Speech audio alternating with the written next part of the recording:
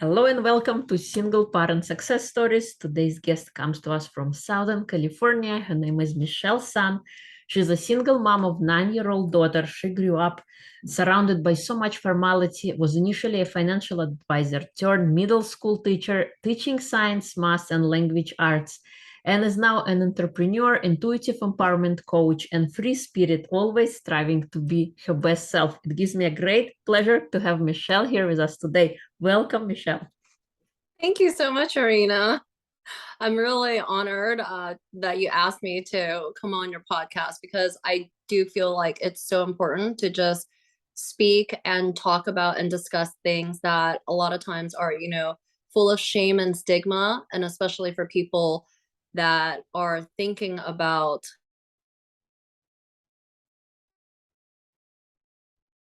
the possibility of becoming a single parent or what that is, or they're put in that situation without planning. And, that's one of my things that I alone, or they don't feel hopeless, or that there's not, other options. And I think for me, becoming a single mom and a single parent, that was directly my choice. And of course, as we all know, all of us that have made that choice or came into that, it's not an easy choice, and you don't make it lightly because course you always consider all aspects. And I was together with my daughter's father. We were married for almost 12 years and actually together about 16, so quite some time. And my daughter is 9 right now, so we didn't have her right away. And I had thought, we thought through things carefully, but of course, as many of us know, life changes, or you just kind of grow apart from your partner. And for me, it's always been, and I've always lived my life with hardly a regret, or try to, right? Try your best to live your life without a regret.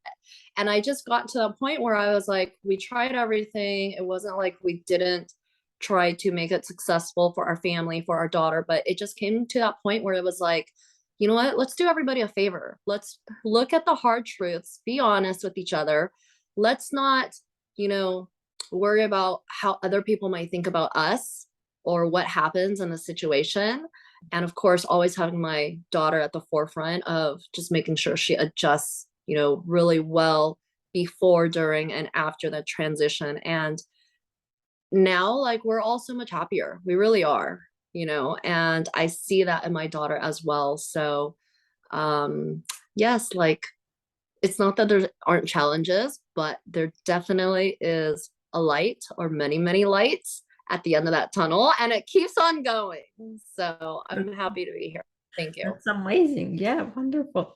So, what kind of challenges did you face as you became a single parent, or was everything smooth? Oh no, nothing was hardly anything except like what I thought in my head, how I try to keep it smooth. So I'm usually pretty good about being calm in certain situations and keeping things together and working very well under pressure. So despite whatever I thought was going on around me, because a big extent of that is, of course, our own, it's truly our own struggles with ourselves, right? Because regardless of what you agree with the other person or are discussing, it's still ultimately, it's the challenge, at least for me. It's the challenge within of, okay, how am I going to move forward? What am I going to do with this? How am I going to, just because of this change, is it just going to change my external circumstance, or am I really changing a lot of things internally, right? Not just for myself, but for the extended family unit, for my daughter and her growth and moving forward as well, and also being the best like role model and teacher for her as well. So there's definitely a lot of challenges, and even with co-parenting, right? Like, we're in a good place, very good place right now. um and but it's not always smooth, but again, it's all about like being able to regulate your emotions and sit with it and be okay with being uncomfortable and knowing that this too shall pass, Mhm. right? And then also sometimes just making sure like you choose your responses. You may not choose your reactions, but to be aware of that and to choose your responses and how you deal with things. And there's no manual. So a lot of the times it's from experience. I'm an intuitive empowerment coach, so a lot of times it comes from that. And so for me, it's always intentions and how do you want to empower other people? Not just myself, not just my daughter, but also even her dad, right? And his his extended family now. He's with somebody and or her kids as well, and they all live together already. So, you know, we've already made that transition as well. So yeah, so it's a lot of that, and it's definitely a journey, and it's bit by bit, sometimes minute by minute, sometimes second by second. And it definitely helps though when you no longer have that fear of speaking out and sharing your story. First of all, being honest and truthful to yourself, and also being brave enough to share, because it also helps other people. And that's where I'm at. Just whatever helps other people. Yeah, yeah. What kind of advice would you give your younger self, or that Oh, person when you made the decision of for doing the divorce, for going through with it? What kind of advice would you give her? well, my younger self would be, yeah, you don't have to follow cultural guilt, Mhm. let's say generational patterns, cultural guilt. And even though you may have identified it at a much earlier point in life or in the relationship, to never be afraid, you know, to always know that it's truly, no matter what situation you are in, whether you're in a marriage, not in a marriage, in the middle of it, tumultuous or not, working on it to make it better, or in the middle of a divorce or separation, it's all about having that self-love and self-worth and that self-trust and faith in yourself. Actually, I have a bracelet right here. It says Faith. It's actually my daughter's middle name. Oh, So that all my jewelry pieces, that's part of my entrepreneurship. Like, it's little reminders for me of my self-worth, self-love, being anchored, being centered, grounded, no matter where I am, where I go.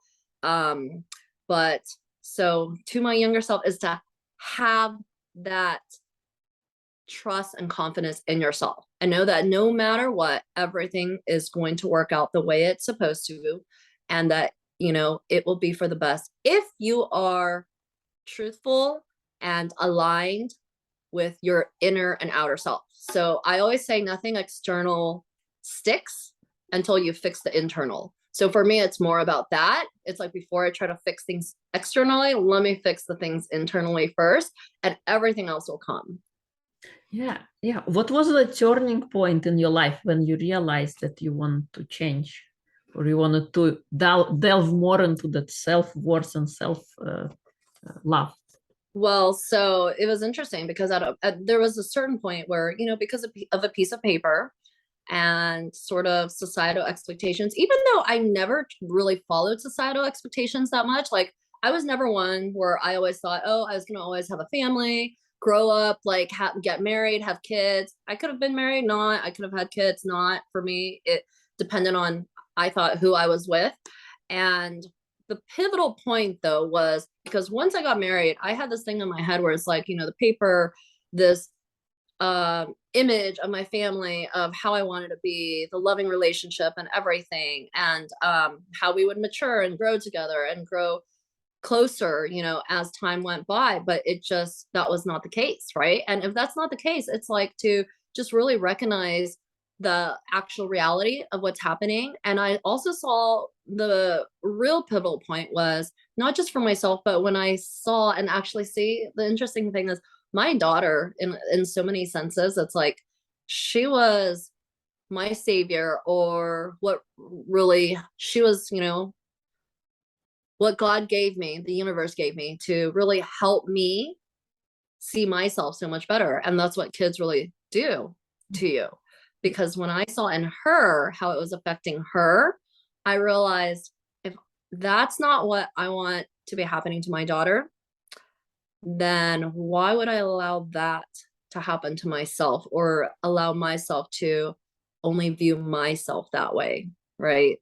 That I have so much more to offer, that was not being able to, I was not able to express my potential, or in many senses, my innate voice. Because even before, like, I've always, my nature is kind of just to have this inner joy. I'm very, like, kind of whimsical and silly. And so that's why it's funny, like, growing up in a a life of formality. But yeah, so now it's like my inner child is back. I say like my adult child and my inner child is, they're all connected again. So it's all good. And now I'm older, so I have all the tools that when I'm not feeling great or I'm feeling those little dips, right, I can get myself back on track pretty readily, and just grateful to be alive. So there's always that, like when there's nothing else, if you're always just grateful for simply being alive and having hope, then right, like anything else is possible.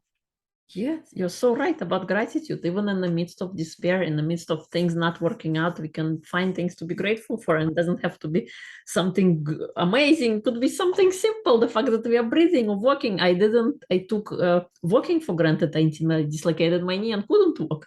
I'm all fine now, but we often kind of ignore those things until they're gone because it's supposed to happen. It's supposed to be there. Yeah, absolutely. Right. Yeah. So what are some of your tools that, get you out when you don't feel so good? What are some of the tools that you practice other than gratitude? Well, first of all, feeling very in touch with my emotions. I've learned that. And I've always had very deep emotions. And so really understanding what the feelings are. But before I would feel a lot of things, but not be able to translate it into, let's say, words, right? Or express them to myself. So once I've identified them, to either journal, write them down, reflect. I used to meditate a lot, but now I also call it sort of like waking meditation, because if you're really there, meditation is just another tool as well, right? So if you're really there, it's like during moments throughout the day, it doesn't matter what you're doing. You could be meditating, you could be in that mindset, because that's really what it's about. And just constantly reflecting, being introspective, and asking myself, okay, well, what's the outcome that I want? Or what's the current situation? And to always keep that in the forefront, whether it's not just like, how they say manifestation of thinking, visualization, but truly feeling and embracing and embodying that, not just knowing it, because there's that difference between the theory and practice. So practicing the visualization and the feeling and everything about it to the fullest, because when that happens, like, doesn't matter, right, what you believe in, no matter what, your circumstance is going to be better than if you didn't. So that's just what I always go with. I love it. Thank you. I think those are amazing tools to have in your toolbox. Just like an electrician comes with a whole set of we have our own toolbox that we can use at our disposal, and it's like incredible. Thank you. Before we met, we talked about code. What is it? What is a good way for setting up your children for long-term success after divorce? And one of the things we talked about was processing emotions. Do you want to talk more about that? Yes. So, okay. So, I do have a lot of experience being around children. So I think definitely that helps, being a middle school teacher for a very long time. And also, I've studied educational psychology. So I'm very into psychology as well. So before even going through the whole divorce, I researched like what's the most important part for your child during this transition. And it's the actual transition. So I made sure, even before we decided between my ex-husband and myself to actually, get a divorce, is we set her up with a therapist. And not to say that anything was already wrong then, but a lot of times, like, you need a therapist for a baseline where they know you or the person enough. So when crisis does happen, or something, escalates into something where you need a little bit more help from somebody else, then they're ready and they know you, and they're not guessing and not trying to figure it out then, right? So again, like setting yourself up for success. So having those systems in place, and I'm all about systems and always refining that. So in a sense, this is another system, because I can be very rational, or I can be a very like also creative, intuitive way how I approach things. But with my daughter, it's also to teach her and to show her through emotions, and by modeling for her, like, yes, what are her emotions, what is she feeling, and it's okay, and what are the healthy ways of expressing. And for her at this age, at 9 years old, what's been difficult for her is not trusting herself, and I always tell her, because I don't want to be a hypocrite, so I always tell her, it doesn't matter what other people tell you. I don't care who tells you something, the teacher, some authority figure, your friends, another friend's parents, your dad, your uncles, aunts, grandparents, myself. I purposely always say myself even. I always want you to think for yourself, right? And think about like, does that feel right? Does that work for you? Is that true for you? And how does it best apply to yourself? So for her at such a young age, I already feel like I feel like she's always had a propensity to be a lot more emotionally mature than her age, which is why I felt okay at the time. And I think timing is everything too, where I felt like she would have a successful transition. Because for me, any younger than that, I don't think the timing would have been the best for her. And then having that transition, and then now she's really got it. And she'll say things to me where she's teaching me a lot of times. And so I get that. And so I see that. How young was she when it happened? I think when we started talking about things, maybe I want to say 7 or 6.5, maybe 7.5. It's never like a short-term issue. So I would say probably the last 3 to 4 years, there's been really, not that I started already thinking about actually getting a divorce, but hindsight, of course, right? Looking back, there were some major, I think, events that came up that really contributed, where had I been able to talk to my younger self, I would have probably said maybe it's time a little bit earlier, but it's okay, Mm-hmm. Yeah, so true. And another thing is also putting feelings into words. Oftentimes, even we are as adults, we can be feeling something, but it's difficult to articulate it properly and communicate to others. So what would you say for the child? I guess the therapy helped with the process of emotions and actually naming the feelings that Yes. your daughter was experiencing. So what I've also found out that helps a lot is, as a parent, to be very, very consistent for her in terms of my reactions, right? My own emotional reactions to whatever is going on with her, because she's 9, she's going to have those periods of time where she's not her best self, because I was a pretty, I think, calm child in terms of like my nature, in terms of not being so reactive to certain things. But for her immediate reaction sometimes, and we've had to practice and go through that a lot, where it's like I kind of guide her through those. And for her, it's sitting in them and being uncomfortable and knowing that and being okay, right? And she'll even tell me now, she'll say after the fact, she'll say like, Mommy, that was so hard when I was going through that, for me to admit to you what was really bothering me. But the fact now that because she used to always preface sometimes her conversations by asking me, can I ask you something? And I knew that came from part of her past already, only being 9, but it's the needing that validation from an adult, right? Or authority figure. And it's like, no, you don't need that. Please just say what you feel. So because we've been divorced for a while now, and she's had her own space with me. So, and they're different, very, very different environments, and they're both good for her. So with me, it's just, she's very comfortable now expressing herself, and every single time I see improvement and I see that she gets better at it. And then she'll even say, she's hard on herself though, right? So she's really, really, and that reminds me of me, because I think I'm really hard on myself, and usually we all are, right? We're usually the hardest on ourselves and put the most pressure on ourselves. But I see that in her so much, where then it makes me just so proud. I'm like, if I had her insight and access to my emotions when I was her age, because absolutely growing up in an immigrant Asian family, yeah, no, emotions, no, that didn't really exist. So having to get there first myself, right? And then being able to model that and talk her and walk her through that has been key, because I haven't always been in touch with my emotions. Not fully. I thought I was, but there's always more and more and more into your depth, right? So yes. Can you share an example how you would do it with your daughter?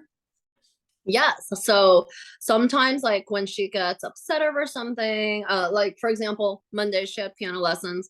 She didn't play one of her pieces perfectly, which I'm not even the one asking her, nor is her teacher, but she's the one after the lesson telling me how frustrated she is. And so I'm just like, okay, so what is it that's really bothering you and why, right? And the fact like, okay, well, how can we improve that? Well, how many times are we practicing or really spending time on that? Or are you really, how are you practicing? You know, because I grew up playing the piano for over 10 years. So I'm very well aware, and I don't put any pressure on her at all. It's just something she likes to do.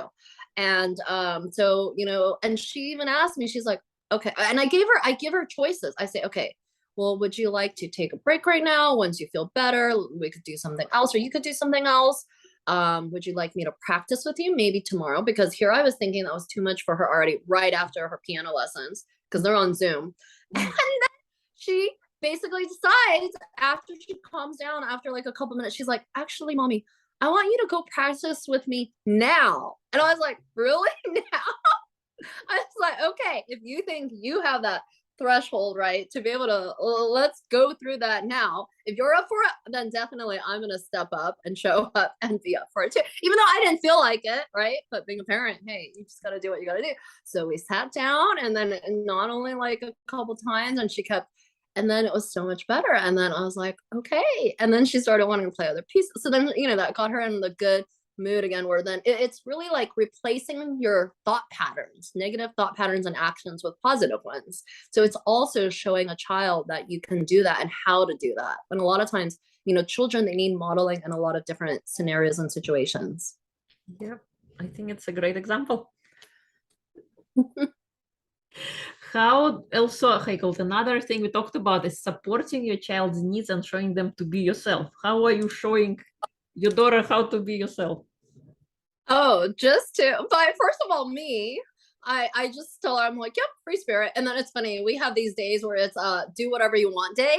Like it's like a magic wand. You just go ding and you declare it, it's do whatever you want day, with the exception of certain things, right? Right, right. Brushing her teeth or whatever. But it's nice because then, you know, or like she gets to choose or I get to choose, or a lot of times just always making sure I'm asking her for her opinion or her feelings, where now she feels comfortable enough. Of course, like trying to not always be the parent that, you know, it's always trying to find that balance of being too close and then not being too close. So now, but I love it because she's at that age where she pretends to be like, she has this funny kind of sassy, but she does it on purpose. So it's not like real sassiness, it's just playful sassiness where we joke around with each other a lot. And I think that's huge as well too, because she's at that age where she gets so many of my jokes now, and the way like we joke around is so different. And sorry, I forgot your question. Can you repeat it? So showing your child how to be yourself. Oh, yes. Okay. Yeah. So just allowing her to have her opinions, say what she feels like or what she feels like doing, and just providing those times and moments of spontaneity, meaning we don't plan anything.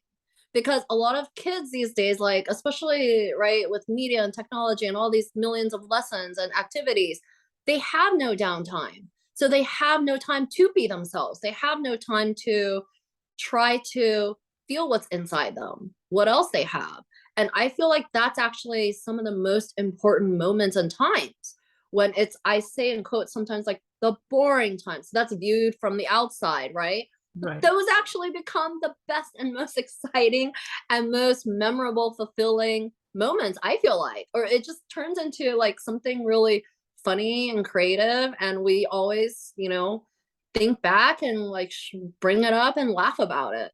Yeah, I actually remember. I don't remember seeing a movie recently. It's called The Yes Day. I don't know if you've seen it, but it's, No. kids get to do whatever they want, and the parents are supposed to say yes to anything. Of course, there are like some limits, like you said, like some boundaries, but crazy things like you end up doing. Did And hear about that. I heard about that movie. But then or yes, but then I thought about the limit. I was like, okay, to a certain extent, but that it was more, I think that was more about like kids telling their parents what to do. For me, I'm like, no, she could choose what she wants to do, but it also means I get to choose what I want to do on those days as well. Okay, yeah, that's one is different. I guess that's what's Yeah. coming from parents always making kids do the chores. You got to do homework. You Right. got to do this. So now Yes, yes. this is like one day when kids can reverse the roles.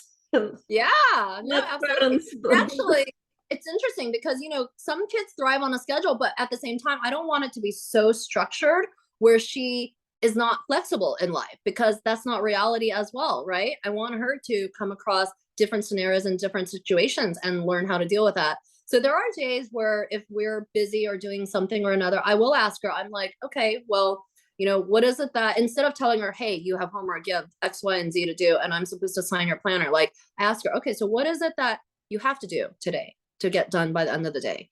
And then sometimes if we're busy, I'll ask her, okay, so when do you, if she mentions her homework, so when do you want to do your homework? Do you want to do it now to get it out of the way? Or you want to do it later after blank, right? And she knows after certain times she gets more tired and cranky. So yeah. But So it's like, good that she but knows.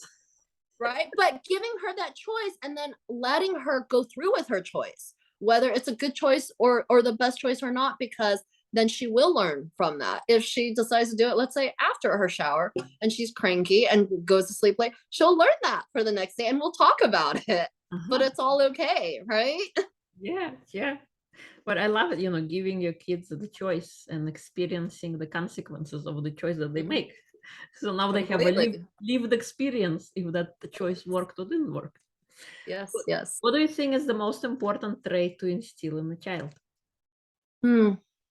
I think just their own self-confidence. I feel like if they have their own self-confidence, they can do anything in this world. And I'm at a place with her in observing how she is. Not to say, right, everything is perfect and there isn't room for growth because there always is, but that now I don't worry. Before I would, because she used to be a much, much more shyer child when she was a toddler. So bringing that out in her, you know, creating the environment and support structure around her in terms of school, family, friends, she's around. And now, before it was almost like, parents always worry, like, well, what if you're not around and your child has to grow up by themselves, right? So I used to have that worry a lot. And it wasn't just the sheer sort of attachment that parents often have with their children in the beginning before learning to kind of let go more, right? And, there are some parents that never learn but yeah, but now I feel like even if something happened to me, and I know this is kind of morbid, but it's okay. I think of the end of my life all the time and backwards because I feel, again, that's part of my not living without regrets. But if something happened to me now, I still have complete confidence. She'll be completely fine in this world. And I'm so proud of her. And yeah, and that is like the best inner peace to have. I love it. I think it's amazing. I hope I could have that because Oh, my hope is when I'm no longer around that kids can take care of themselves. And uh, I love that you're already at that point in your life. That's incredible. What kind of advice would you give to single parents who are just stepping onto that journey of single parenting? know that whatever you're going through, you definitely are not alone. And please never feel that you are alone or be afraid to, speak out or share your story, especially with your closest friends. And I'm not talking about people closest to you in terms of family, because for my family, I couldn't share anything with them until I've made my own decision and started on that, just because I knew the feedback and external and all that. And I knew that's exactly what I didn't need or want. Um, and that anything you're going through, you know that if you just hang in there, no matter what, circumstances will change. Just the mere fact that there is time, as we speak about it in this physical world, that time passes, nothing ever stays the same. So, just by that sheer theory, right? Energy is never static wherever we are. Things will change. Sometimes a little bit for the worse at first, but then it will always get better, or at least the situation will be different. So, no matter what you think your situation is, always have that and know that there is more, that there's hope, because I think that's the most important. And know that there are a ton of people out there that have been where you are also, right? That understand where you're going through, and that if you know yourself well enough that you need that help, to reach out for some additional support, whether it's close friends, a professional, anything, just right, looking online at YouTube videos. I'm not a huge YouTube person, but I know some people are, right?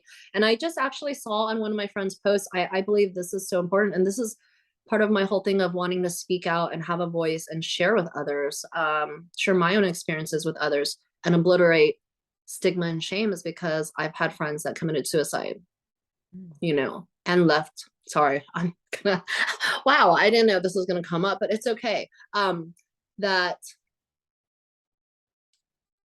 left 4 children behind. And, you know, she was somebody that always expressed herself.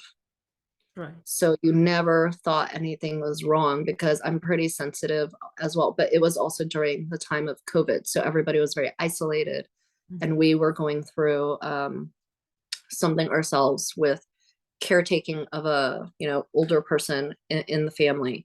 So I was kind of focused more on that. And I just want to say that, yeah, one of my friends, she just posted, not just, you know, we all have heard about like the suicide hotline and all of that stuff, but apparently now there's a number that you could just text, because some people don't actually feel like calling. And I literally just saw that this week and thought that's so amazing, because it's true, especially this day and age. Like, so many of us were just more comfortable with texting, right? And not talking on the phone or by Zoom or anything anymore. So I think that's such a powerful resource as well. And just to have all those at your fingertips, if you know yourself really well. You know, sometimes like there are those moments of weakness where you feel really low and alone and by yourself. We all have that. We all, you know, we've all been there. So, and it's okay to feel that, but just please always know to always hold on to that line of hope and to never let that go, because things will change. Things will always be better. And again, there are many, many lights at the end of the tunnel still there for you to travel through and experience. Yes, yes, thank you. I think you bring an important point, and I will include a suicide hotline. I actually had a guest who was talking about suicide for teen prevention earlier episode, so I will include the links for that Yes, episode you. notes. Thank you so much for coming on and sharing your story and your tips and your wisdom. I had a lot of fun. If you would like to connect with you or follow you, where would they go? Oh, just I think a direct message, or follow me just right now on Instagram. So it is Michelle with 2 L's, Clarity with a K, Clarity, and my last name is Sun, like the sun in the sky, Sun. So Michelle Clarity Sun, and Clarity with a K. And feel free, and I say this to all the people I come across, especially, you know, people that know me, they know that they can reach out to me at any time, truly. And I will do my best always to reach out with them or make time for them, and to just speak with them or to hold their hand through something, because a lot of times, like, that's what's helpful for other people, right? Having somebody hold your hand, and we all need that at some point. So thank you so much. Thank you.